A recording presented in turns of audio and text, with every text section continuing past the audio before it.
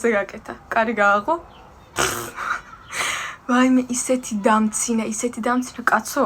ავანტყოფი ვარ. ხოლმე კი შევედით და რა მოხდა და ესეთი და შემიცვალეს რაღაცები და ეს იყო ფერედანის ძალიან ცუდი მოგონება. ეს გამახსენდა. რომ ტელეფონი მინდოდა ვიყიდო. აუცილებლად ფერედანშიც იქნებოდა ტელეფონის მაღაზიები, ძალიან ბევრიც არის. არ ვიცი ფერედანს როგორ ფიქრობთ თქვენ, მაგრამ თვითონ ერთ ქალაქს აგავს, ყველაფერი აქვს. არ გეგონოთ რომ არაფერი არ აქვს ფერედანს, მაგრამ მე მინდოდა ისპანეთში ჩასვლა, ბევრი ხანი ყარ ჩასული ვიყავ და ვთქვი რომ არა, მე ტელეფონი მინდა ისპანეთში ვიყიდო. და აი ცუდადაც რო ვიყავ, ჩემ საუბარს ძალიან კარგი რამე ექნებოდა ოჯახში. კაი, ჩავიდეთ ისპანეთში 2-3 დღის მერე ჩავედით. და ხო ტელეფონი გაქვს. რამდენ ხანია გაქვს?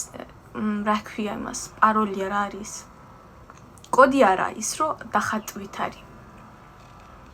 ხო რამდენ ხანია ამას ახატავ ტელეფონსაც ხსნი, ხმარობ? ეს ხო ჩავლებრივია. მე შევედი ტელეფონი ვიყიდეთ. ეს ტელეფონი მინდოდა მამაჩემს მივცე ის ძველი და ახალი მინდოდა ვიყიდო.